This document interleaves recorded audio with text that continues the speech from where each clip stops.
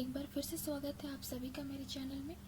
Previous जितने भी मैंने वीडियोस बनाए उसमें मैं फर्मेंटेशन टेक्नोलॉजी से रिलेटेड टॉपिक्स और प्रोसीजर्स के बारे में आप लोगों को मैं बता रही थी, और लगभग जितने भी टॉपिक्स थे जैसे यहाँ पे जो है उनमें से मैंने लगभग सारे क्लियर कर लिए हैं। अब हमारा लास्ट टॉपिक बचा था जो कि है production methods of alcohol, citric acid, penicillin, glutamic acid etcetera. उसमें से भी हमने प्रोडक्शन मेथड ऑफ अल्कोहल देख लिया था अपने लास्ट वीडियो में। आज हम करने वाले हैं citric acid, production methods of citric acid through fermentation. तो सबसे पहले तो हम देखते हैं कि सिट्रिक एसिड क्या होता है। तो सबसे पहले तो आप नाम से ही समझ रहे हो कि सिट्रिक एसिड मतलब वो एक एसिड है। उसके बाद से ये एक ऑर्गेनिक सॉल्वेंट है जिसके लास्ट में जो फंक्शनल ग्रुप लगता है वो -COOH लगता है। इसके यूजेस क्या हैं? तो ये लगभग सब तरह के सॉफ्ट ड्रिंक्स में यूज़ होता है। Jellies, pickles, wine, frozen fruit, jams, ये सब बनाने में भी ये हेल्प करता है। इनके प्रोडक्शन में इसकी ज़रूरत पड़ती है। उसके बाद से ये फूड स्टफ्स को आर्टिफिशियल फ्लेवर भी देता है, मतलब उसकी क्वालिटी बदल देता है। उसमें कलर हम डालना चाहें तो कलर डाल सकते हैं, उसके टेस्ट में चेंज कर देते हैं। अगर हम खाना हमारा सिंपल है, हम ऊपर से डाल दें सिट्रिक एसिड का कुछ भी, तो हमारा खाने की क्वालिटी, खाने की टेस्ट भी और बढ़ जाती है ना। तो वो आर्टिफिशियल फ्लेवर देने में भी हेल्प करता है फूड स्टफ्स को। फिर इसके अलावा जो हमारे प्रैक्टिकल लाइफ में यूजेस हो रहे हैं, उसके अलावा मेडिकल लाइफ में, मेडिकल एप्लीकेशन में भी इसकी बहुत सारी यूजेस हैं, जिनमें से एक है कि फार्मास्यूटिकल इंडस्ट्री में हम लोग इसको एज अ ब्लड प्रिजर्वेटिव भी यूज़ करते हैं, ताकि हम जैसे कि जो ब्लड बैंक ये सब होता है तो ब्लड हमारा ख़राब ना हो, तो हम उसमें सिट्रिक एसिड डाल देते हैं थोड़ा अमाउंट में।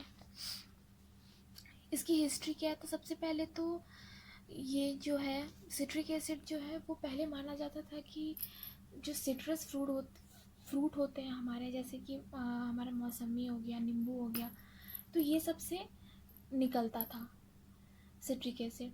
तो लोग जानते थे कि हाँ इसमें सिट्रिक एसिड पाया जाता है।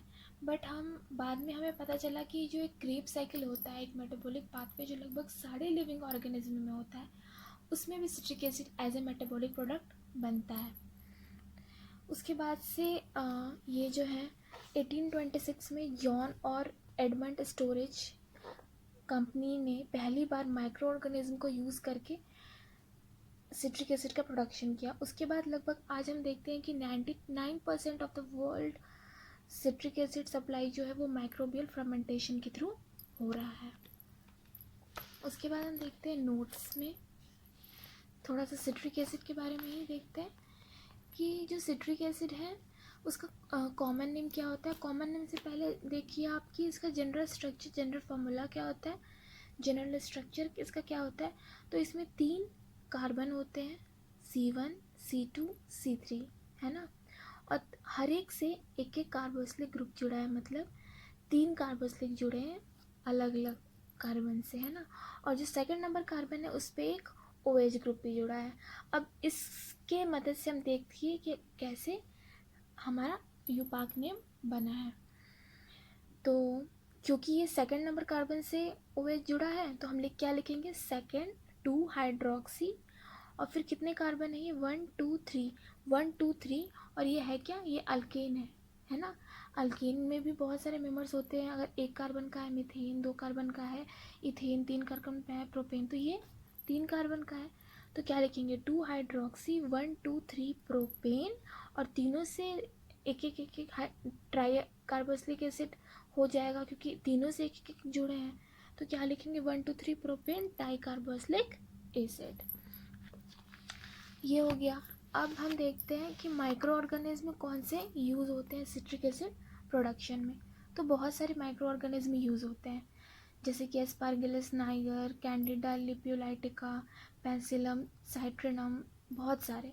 पर among them the widely used micro organism for citric acid production is Aspergillus Niger, जो कि एक फंगस है। फिर प्रिपरेशन मीडियम देखते हैं कि इसमें कौन कौन से न्यूट्रिएंट चाहिए एस्परजिलस नाइगर को, मतलब या फिर जो भी हम माइक्रो ऑर्गेनिज्म यूज़ कर रहे हैं उसको कौन कौन से न्यूट्रिएंट चाहिए जिससे वो अपनी मेटाबॉलिक एक्टिविटी अच्छे तरीके से कर पाए। तो कार्बोहाइड्रेट का सोर्स मेनली चाहिए होता है, तो उसमें हम बीट मोलासेस ले सकते हैं, केन मोलासेस ले सकते हैं, कॉमर्शियल ग्लूकोज ले सकते हैं, सुक्रोज ले सकते हैं, स्टार्च, बहुत सारे और भी हैं। उसके बाद से कार्बोहाइड्रेट सोर्स बस काफ़ी नहीं हो, मे बी जो माइक्रो ऑर्गेनिज्म प्रोडक्शन में हेल्प कर रहे हैं उनको नाइट्रोजन भी चाहिए ज़्यादा, पर जो micro organism citric acid production करवाते हैं जैसे कि एस्परजिलस नाइगर ही है, उसको नाइट्रोजन सोर्स भी चाहिए होता है। तो उसके लिए हम क्या करेंगे, जो ये कार्बोहाइड्रेट सोर्स, जैसे कोई भी अपना कार्बोहाइड्रेट सोर्स ले लिया, जैसे कि हमने केन शुगर लिया, केन मोलासेस लिया, तो इस केन मोलासेस में हम कोई भी नाइट्रोजन का एक सोर्स हम डाल देंगे, जैसे कि अमोनियम साल्ट्स या फिर यूरिया, ये दोनों का हम ज़्यादा यूज़ करते हैं। तो हम उस कार्बोहाइड्रेट सोर्स में इस नाइट्रोजन सोर्स को मिला देंगे, तो हमारा कार्बोहाइड्रेट और नाइट्रोजन दोनों की जो भी ज़रूरत थी वो पूरी हो जाएगी। उसके बाद एक बात जो है, जो मैंने आपको अल्कोहल प्रोडक्शन में भी बताई थी, कि अगर हमारा न्यूट्रिएंट जो है वो कॉम्प्लेक्स फॉर्म में है तो बहुत दिक्कत होगी हमारे माइक्रो ऑर्गेनिज्म को उनको कंज्यूम करने में, क्योंकि उनको आदत है सिंपल मॉलिक्यूल्स को कंज्यूम करने के लिए कि एज ए न्यूट्रिएंट। तो हम पहले रीट्रीटमेंट के थ्रू, प्री ट्रीटमेंट के थ्रू क्या करते हैं, उनको पहले हम कॉम्प्लेक्स से सिंपल फॉर्म में ले आते हैं, ताकि उनका शुगर कंटेंट कम हो जाए, या फिर बहुत सारी चीज़ें ऐसी, उनके बॉन्ड्स टूट जाए, ताकि वो सिंपली कंज्यूम हो पाए, ईजिली कंज्यूम हो पाए माइक्रो ऑर्गेनिज्म के द्वारा। तो अगर हम स्टार्ची मटेरियल लेते हैं जो कि बहुत कॉम्प्लेक्स होते हैं, तो उनमें शुगर कंटेंट बहुत ज़्यादा होगा, बट हमें इस तरह से स्टार्ची मटेरियल भी अगर है तो हम इस तरह से उसको प्री ट्रीटमेंट के थ्रू कर दें कि उसमें जो शुगर कंटेंट है वो बस 20 से 25% रह जाए, क्योंकि उससे ज़्यादा अगर हम शुगर कंटेंट हमारा होगा तो वो हानिकारक फिर हो जाएगा एस्परजिलस नाइगर के लिए, या फिर जो भी माइक्रो ऑर्गेनिज्म हम यूज़ कर रहे हैं सिट्रिक एसिड फॉर्मेशन के लिए। अब नोट में कि ये जो कार्बोहाइड्रेट का सोर्स लिया उसमें नाइट्रोजन मिक्स किया, इसके अलावा भी हम हाइड्रोकार्बन के थ्रू भी सिट्रिक एसिड का प्रोडक्शन करवाते हैं। हम हाइड्रोकार्बन को भी एज ए न्यूट्रिएंट ले सकते हैं। हाइड्रोकार्बन जो है वो 3 तरह के होते हैं। हाइड्रोकार्बन मतलब कि हाइड्रोजन और कार्बन से बना हुआ कंपाउंड। तो 3 तरह के होते हैं। पहला होता है अल्केन्स, जिसमें सिंगल बॉन्ड होता है। उसके बाद होता है अल्कीन, जिसमें डबल बॉन्ड होता है। और फिर होता है अल्काइन, जिसमें ट्रिपल बॉन्ड होता है। तो जो सिंगल बॉन्डेड होता है, यानी कि जो अल्केन होता है, उसको हम पाराफिन्स बोलते हैं, और जो अल्कीन होता है जिसमें डबल बॉन्ड रहता है उसको हम ओलेफिन्स बोलते हैं। तो यहाँ पे हम पाराफिन्स की बात कर रहे हैं, मतलब कि हम जनरल अल्कीन की बात कर रहे हैं, सिंगल बॉन्डेड वाले। तो ये है कि हम पाराफिन्स को भी as a nutrient, as a substrate use कर सकते हैं सिट्रिक एसिड प्रोडक्शन में। और इससे क्या होती है कि जो अमाउंट होती है हमारे सिट्रिक एसिड फॉर्मेशन की, वो भी ज़्यादा होती है इस न्यूट्रिएंट का यूज़ करने के चलते। लेकिन इसके लिमिटेशंस हैं कि सबसे पहले तो इसकी सॉल्युबिलिटी बहुत कम होती है। सॉल्युबिलिटी कम होती है तो वो अच्छे से डिज़ोल्व नहीं हो पाते, इवनली डिस्ट्रीब्यूट नहीं हो पाते हैं मीडियम में, जिसकी वजह से माइक्रो ऑर्गेनिज्म को इनको कंज्यूम करना में दिक्कत होती है और वो अच्छे से कंज्यूम नहीं कर पाते हैं, और डेट्स वाई उनकी मेटाबॉलिक रेट अच्छे से नहीं हो पाती है। और दूसरा लिमिटेशन ये है कि इसके हाइड्रोकार्बन को हम एज ए न्यूट्रिएंट यूज़ करते हैं तो बहुत हद तक आइसोसिट्रिक एसिड का भी फॉर्मेशन होने लगता है, जो कि हमें बिल्कुल भी नहीं चाहिए, जो बिल्कुल अनवांटेड है, मतलब हमें नहीं चाहिए, उसकी ज़रूरत हमें नहीं है। ये दोनों इसकी लिमिटेशन है, इसलिए हम हाइड्रोकार्बन को एज ए यूज़ नहीं करते हैं सबस्ट्रेट। उसके बाद यहाँ पे लिखा है कि citric acid is the primary metabolite product of Aspergillus Niger during the fermentation process. अब देखिए मेटाबॉलिक प्रोडक्ट क्यों बोल रहे हैं, जो भी हमारा फर्मेंटेशन प्रोडक्ट होता है, हम क्या करते हैं, माइक्रो ऑर्गेनिज्म को एक न्यूट्रिएंट उनको मीडियम देते हैं, अब सबस्ट्रेट देते हैं जो कि उनके लिए उनका न्यूट्रिएंट होता है। फिर वो उस न्यूट्रिएंट को लेते हैं, वो उनके लिए ग्लूकोज का एक न्यूट्रिएंट का सोर्स होता है, तो उस ग्लूकोज को वो तोड़ते हैं, फिर अपनी मेटाबॉलिक एक्टिविटी करते हैं, और अपने मेटाबॉलिक पाथवे में बहुत सारे सब्सटेंस प्रोड्यूस करते हैं, रिलीज़ करते हैं, और वही हमारा फर्मेंटेशन प्रोडक्ट होता है। ठीक है, तो अब 2 तरह के प्रोडक्ट हुए, प्राइमरी मेटाबॉलिक प्रोडक्ट भी होता है, एक सेकेंडरी प्राइमरी मेटाबोलाइट प्रोडक्ट होता है। प्राइमरी मेटाबोलाइट क्या होता है, तो मैंने आपको जब मैं टाइप्स ऑफ फर्मेंटेशन करवा रही थी तो मैंने बैच फर्मेंटेशन में आपको ग्रोथ ऑफ माइक्रो ऑर्गेनिज्म के 6 फेजेस बताए थे। तो अगर आप लोग को नहीं याद है तो आप लोग एक बार मेरे अपलोड्स में जाके टाइप्स ऑफ फर्मेंटेशन में बैच फर्मेंटेशन देख सकते हो। सिंपली अभी ये जान लो कंफ्यूज बिना हुए कि प्राइमरी मेटाबोलाइट्स उन्हें कहते हैं जब माइक्रो ऑर्गेनिज्म के ग्रोथ फेज में वो कोई सब्सटेंस रिलीज़ कर रहे हैं तो वो सब्सटेंस जो है हमारा प्राइमरी मेटाबोलाइट होगा। और माइक्रो ऑर्गेनिज्म जब डेथ फेज में, जब उनकी ग्रोथ स्टॉप हो चुकी है, जब वो सेनेसेंस पीरियड में जा चुके हैं, तब वो कोई प्रोडक्ट रिलीज़ कर रहे हैं तो उसको हम सेकेंडरी मेटाबोलाइट कहेंगे। तो जो हमारा सिट्रिक एसिड है वो हमारा प्राइमरी मेटाबोलाइट है एस्परजिलस नाइगर का। अब फर्मेंटेशन कंडीशंस क्या क्या होने चाहिए, तो सबसे पहले तो बहुत तरह के फर्मेंटेशन यूज़ होते हैं, जैसे कि अल्कोहल में कंटिन्यूस फर्मेंटेशन यूज़ होता था। इसमें ऐसा कोई स्पेसिफिक फर्मेंटेशन यूज़ नहीं करते, इसमें हम सॉलिड स्टेट फर्मेंटेशन भी यूज़ कर सकते हैं, लिक्विड सरफेस फर्मेंटेशन भी यूज़ कर सकते हैं और सबमर्ज फर्मेंटेशन भी यूज़ कर सकते हैं। अब देखिए सॉलिड स्टेट फर्मेंटेशन को हम कोजी प्रोसेस भी बोलते हैं। हम इसको सॉलिड स्टेट फर्मेंटेशन इसलिए बोल रहे हैं क्योंकि हम इसमें जो सबस्ट्रेट यूज़ कर रहे हैं वो अपना सॉलिड फॉर्म में है, जैसे कि स्वीट पोटैटो। उसके बाद है लिक्विड सरफेस फर्मेंटेशन। इसमें क्या होता है कि हमारा एक लिक्विड मीडियम रहता है, उसके ऊपरी सतह पे हमारा एस्परजिलस नाइगर फ्लो करता रहता है, उसके माइसीलियम उस पर फ्लो करते रहते हैं। उसके बाद है हमारा सबमर्ज फर्मेंटेशन, जो कि मैंने यहाँ पे VVI भी लगाया है, जो कि इम्पॉर्टेंट है क्योंकि 80% सिट्रिक एसिड, जो world supply of citric acid है, वो इस प्रोसेस के थ्रू ही बनता है। इसमें क्या होता है कि इसमें माइक्रो ऑर्गेनिज्म सरफेस पे नहीं बल्कि पूरे मीडियम में through out the solution distributed रहते हैं, सबमर्ज रहते हैं, सस्पेंडेड रहते हैं, तो उनकी ग्रोथ जो है पूरे मीडियम में होती है। उसके बाद से है टेम्परेचर कितना होना चाहिए, तो 30 से 40 डिग्री सेल्सियस होनी चाहिए। जो इसकी 180 डिग्री एजिटेशन होनी चाहिए, वो 180 रोटेशन पर मिनट होनी चाहिए। ये कितने दिन तक होता है, लगभग 4 से 8 डेज तक। इसकी aeration rate 0.2 volume by minute होनी चाहिए। माइसीलियम जो है वो फॉक्ड होना चाहिए, मतलब उसमें ब्रांचेस होनी चाहिए, और बल्बोस हाइफी होनी चाहिए। अब दो यहाँ पे टर्म आ रहे हैं, माइसीलियम और हाइफी। माइसीलियम और हाइफी, देखिए जो बेसल पार्ट होता है ना फंगस का, उसको हम हाइफी बोलते हैं, ठीक है। बहुत सारे, और उस हाइफी से ही, मतलब वो जब हाइफी ही टूटता है तो उस टूटे हुए हाइफी से जितने पार्ट में हम उसको तोड़ेंगे, हर एक हाइफी से हमारा एक नया वो बनता है, एक नया फंगस तैयार हो जाता है, एक नया फंजाई तैयार हो जाता है।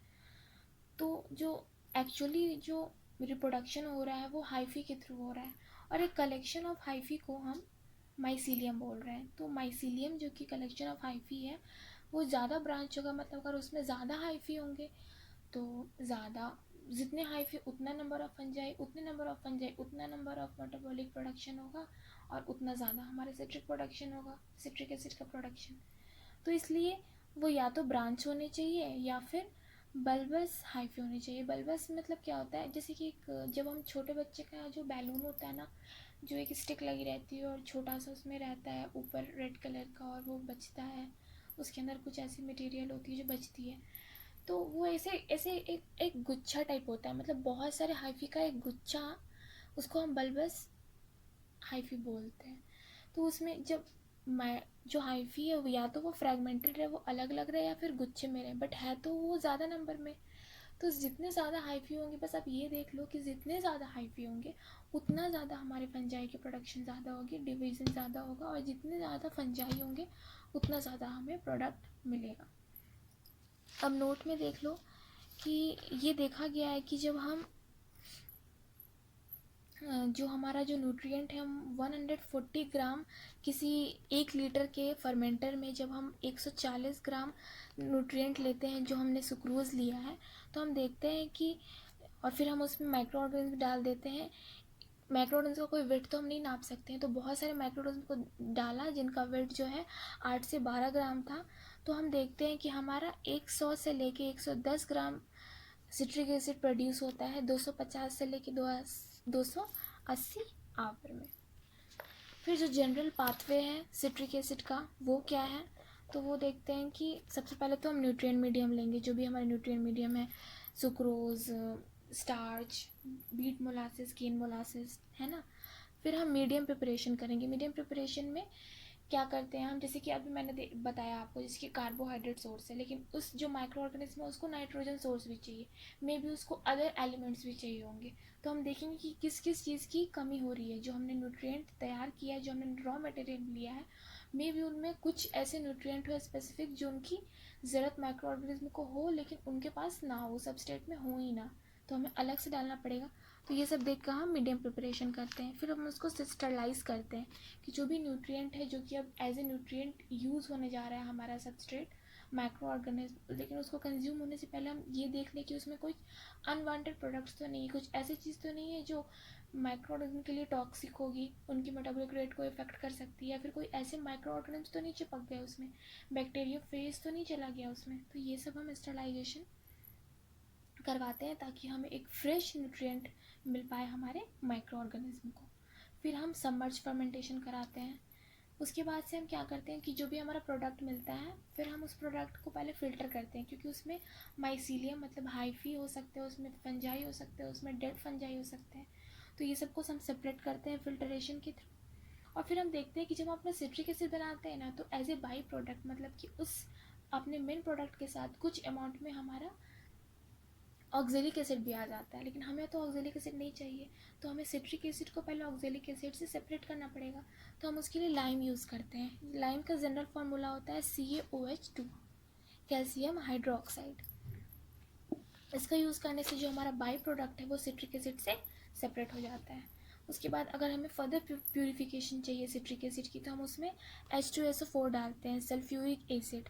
ये क्या करता है, जो हमने लाइम यूज़ किया उस ऑक्जेलिक एसिड तो हट गया, बट हमारा कैल्शियम जो है वो अब आ गया हमारे प्रोडक्ट में, तो हमें अब इसे हटाना पड़ेगा। तो इस कैल्शियम को हटाने के लिए हम क्या करते हैं कि हम उसमें H2SO4 मतलब सल्फ्यूरिक एसिड डालते हैं। सल्फ्यूरिक एसिड डालने से क्या होता है, एक रिएक्शन होती है कुछ इस तरह से। ये हमारा लाइम है और ये हमारा सल्फ्यूरिक एसिड है जो हमने डाला। फिर ये दोनों का जब रिएक्शन होता है तो 2 मॉलिक्यूल्स और वाटर मॉलिक्यूल बनता है, और ये जाके सॉल्यूशन में मिल जाता है, और हमारा जो कैल्शियम है वो कैल्शियम सल्फेट में बनकर इसका कैल्शियम और इसका सल्फेट दोनों मिलकर कैल्शियम सल्फेट बनाता है, जो कि एक सॉल्ट है जो सॉलिड होता है, और ये प्रेसिपिटेट होकर हमारे प्रोडक्ट से निकाल लिया जाता है। तो हमारा प्रोडक्ट प्योरीफाई हो जाता है। फिर हम क्या करते हैं, एक्टिवेटेड चारकोल डालते हैं अपने इस प्रोडक्ट में। एक्टिवेटेड चारकोल क्या करता है, जितना भी टॉक्सिन या टॉक्सिक मटेरियल होते हैं हमारे प्रोडक्ट में, उनमें उसको वो ऑब्जर्व कर लेता है। एक्टिवेटेड चारकोल में ये पावर होता है कि वो जितने भी टॉक्सिन हो वो उसको ऑब्जर्व कर लेता है। उसके बाद से हम कैटायन एक्सचेंज करते हैं। कैटायन एक्सचेंज में क्या होता है कि जितने भी हमारे जो प्रोडक्ट में जो भी हमारा सॉल्यूशन है, प्रोडक्ट सॉल्यूशन, उसमें अगर कोई भी पॉजिटिवली आयन है तो वो पॉजिटिवली आयन रिप्लेस होके वहाँ पे Na+ आ जाता है। और फिर उसी तरह हमारा होता है एनायन एक्सचेंज। एनायन एक्सचेंज में क्या होता है, अगर हमारे सॉल्यूशन में कोई भी निगेटिवली चार्ज है तो वो निगेटिवली चार्ज रिप्लेस होके वहाँ पे क्लोराइड आ जाता है। अब क्या होता है, जो हमारा सोडियम आयन और जो हमारा क्लोराइड आयन है वो दोनों आपस में मिलके सोडियम क्लोराइड बनाते हैं, जो कि एक सॉल्ट है, कॉमन सॉल्ट है, और ये सॉलिड फॉर्म में होते हैं और ये प्रेसिपिटेट होते हैं, और फिर हमारे फाइनली हमारे प्रोडक्ट से निकल जाते हैं। तो अब हमारा प्रोडक्ट जो है वो आयन फ्री भी है, कैल्शियम फ्री भी है, टॉक्सिन फ्री भी है, अब वो पूरी तरह प्रोफाइल्ड हो चुका है। फिर हम उसको पाउडर फॉर्म में करेंगे, उसको क्रिस्टलाइज करेंगे, उसको ड्राई करेंगे, फिर हम उसको स्क्रीनिंग में देखेंगे, उसकी क्वालिटी चेक करेंगे, और फिर हम उसको स्टोर करेंगे, और फिर वो फाइनली टू बी सोल्ड तैयार हो जाएगा। फिर हम देखेंगे कि बायोसिंथेसिस ऑफ सिट्रिक एसिड में हम देखते हैं कि जो माइक्रो ऑर्गेनिज्म है वो किस तरह से अपनी मेटाबॉलिक एक्टिविटी कर रहे हैं, किस तरह से वो सिंथेसाइज कर रहे हैं सिट्रिक एसिड को अपने किस पाथवे में। तो सबसे पहले तो हम जो उनको सबस्ट्रेट दे रहे हैं, जो कि वो एज ए न्यूट्रिएंट यूज़ कर रहे हैं, उनमें उनको ग्लूकोज का सोर्स हम उनको देते हैं। तो वो पहले तो हमारे न्यूट्रिएंट मीडियम से ग्लूकोज ले लेंगे, फिर उसको ग्लूकोज को ग्लाइकोलिसिस पाथवे के थ्रू उसको पायरुवेट में कन्वर्ट कर देंगे। ग्लाइकोलिसिस हमारी एनारोबिक मेटाबॉलिक पाथवे होती है, जो कि साइटोप्लाज्म में होती है, और इसमें हमें ऑक्सीजन की ज़रूरत नहीं पड़ती है।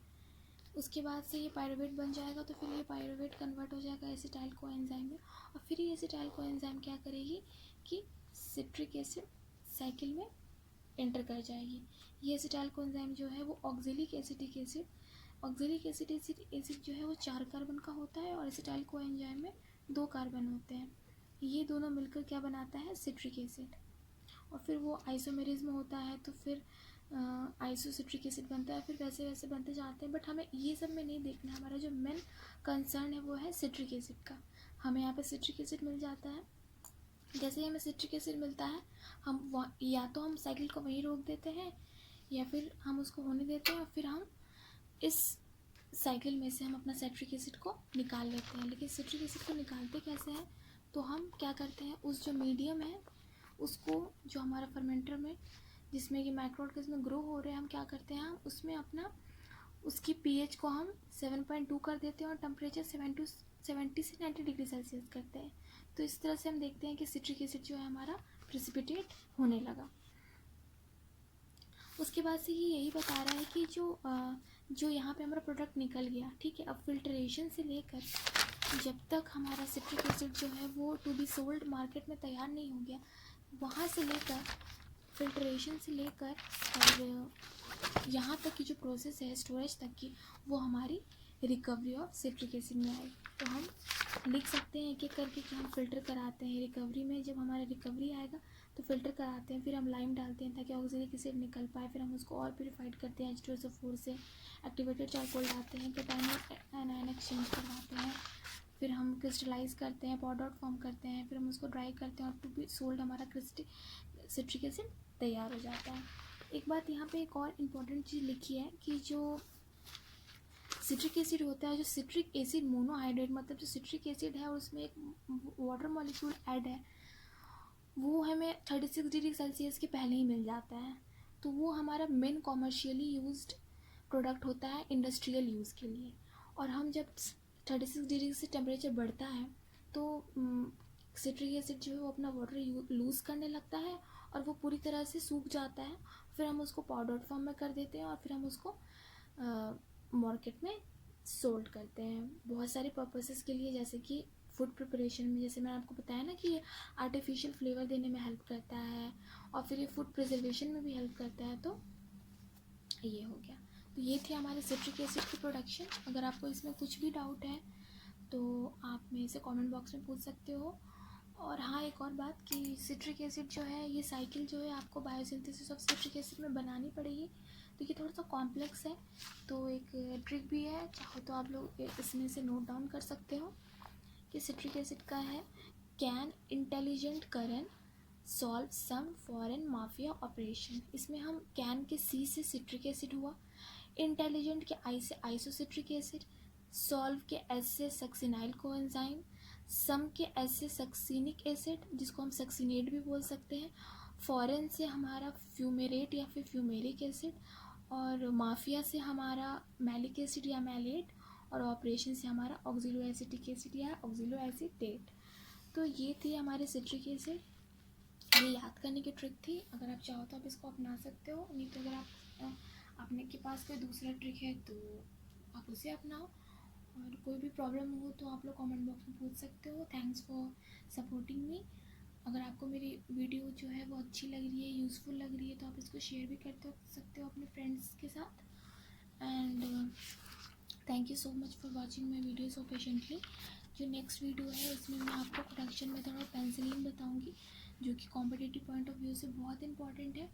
पेंसिलिन के बाद जो बाकी हैं वो उतने इंपॉर्टेंट नहीं है, तो वो मैं आपको शॉर्ट में बता दूंगी, और उसके बाद मैं प्लांट टिश्यू कल्चर शुरू करूँगी। आपको मेरे प्रीवियस वीडियो या फिर करेंट वीडियो में कोई भी प्रॉब्लम है, आप कमेंट बॉक्स में बेझिझक पूछ सकते हो। And thank you so much for watching my video so patiently, and good night to all of you.